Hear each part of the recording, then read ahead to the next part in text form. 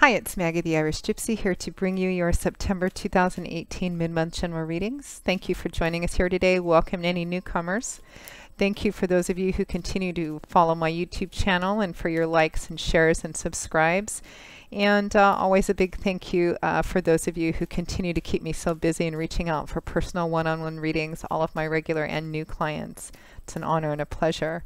If any of you are interested in a personal one-on-one reading with me, you can get more information and contact details by either clicking on the description bar of all the videos I post, or you can go to my YouTube channel's homepage, click on that little About button. Please feel free to email me directly at maggie1maguire@gmail.com. I'd be delighted to work with you.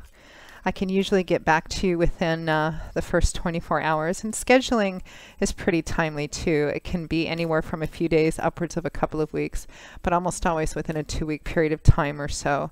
I do readings full-time, 5 to 6 days a week. It is what I do, so I work pretty hard to get you scheduled in a timely fashion.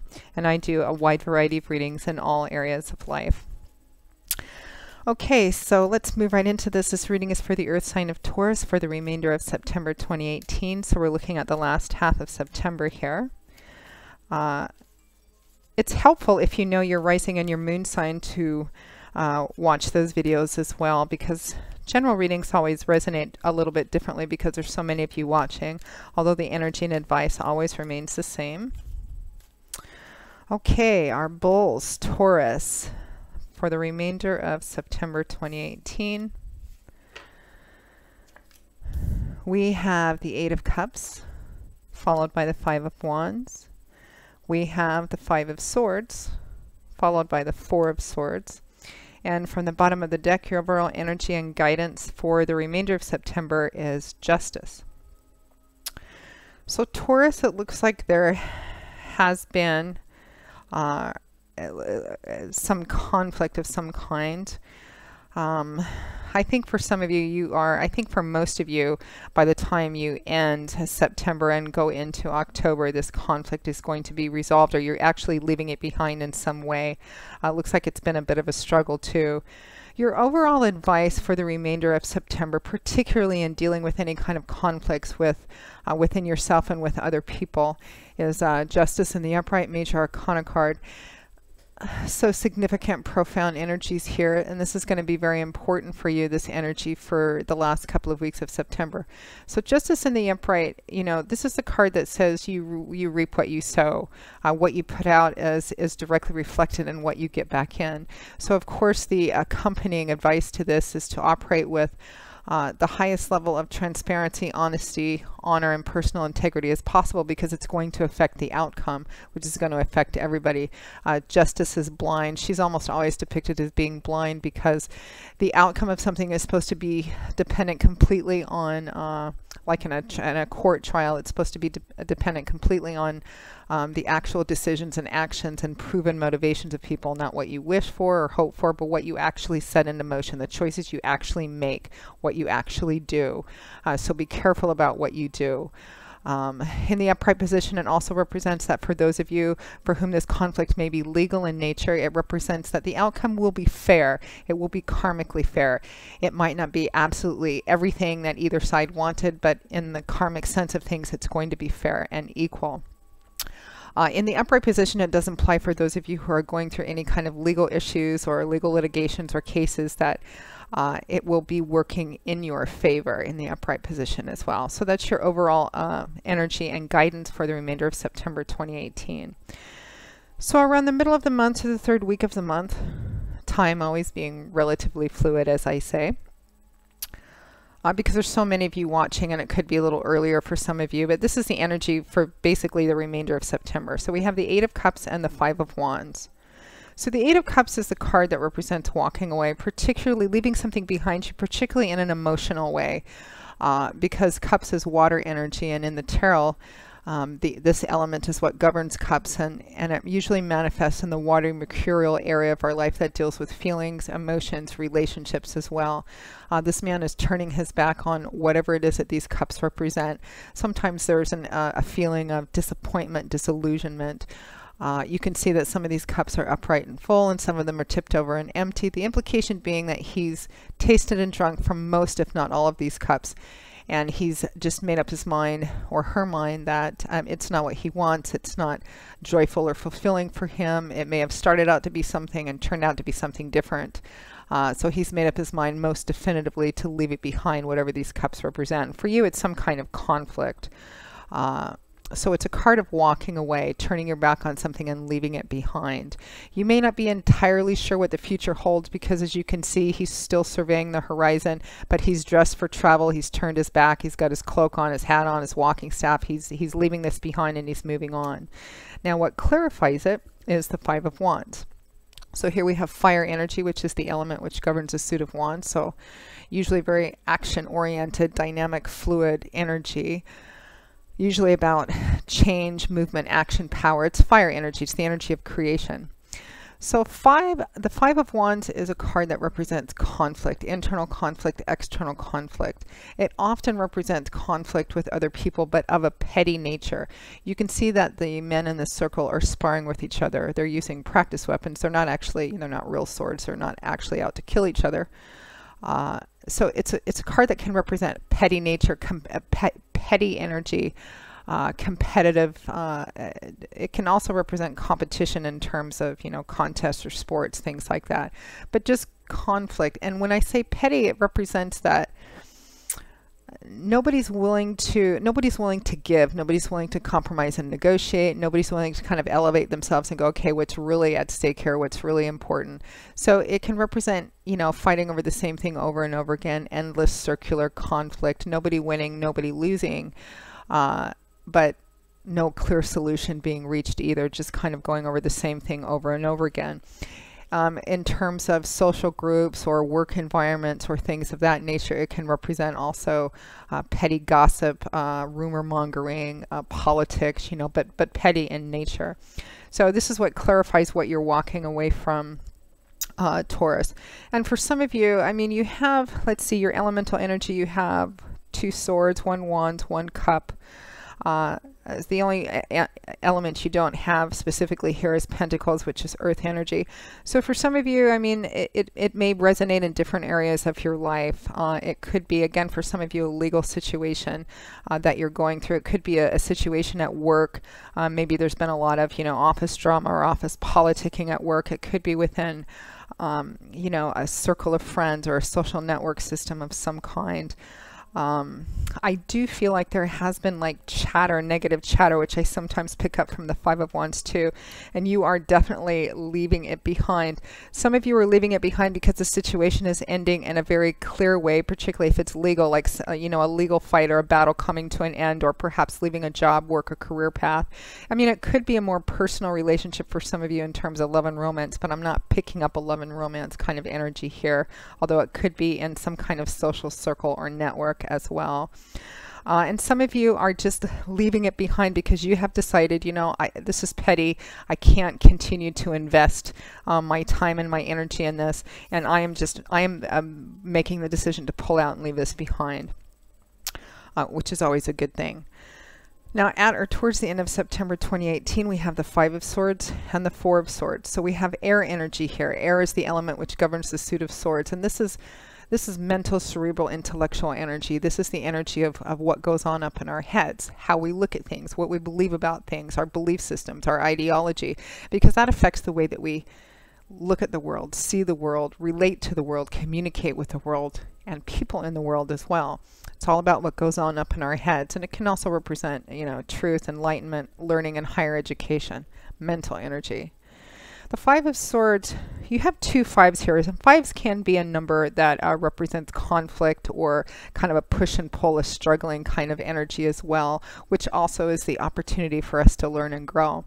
So the Five of Swords represents a victory, technically.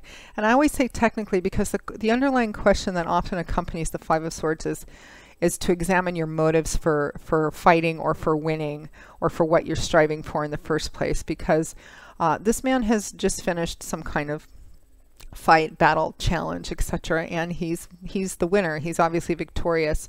He's gathered, you can see his opponents or foes are on the ground defeated behind him. He's gathered up all their weapons, meaning that he's taken away their ability to hurt him, and he's holding his own aloft in victory. But if you look closer, I mean, the colors are still a bit on the bleak and murky side.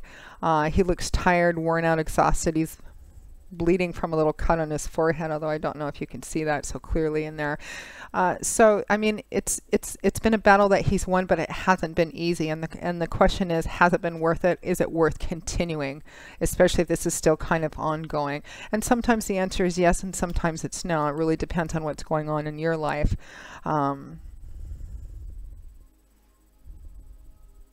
Because and I feel like it's actually split for some of you.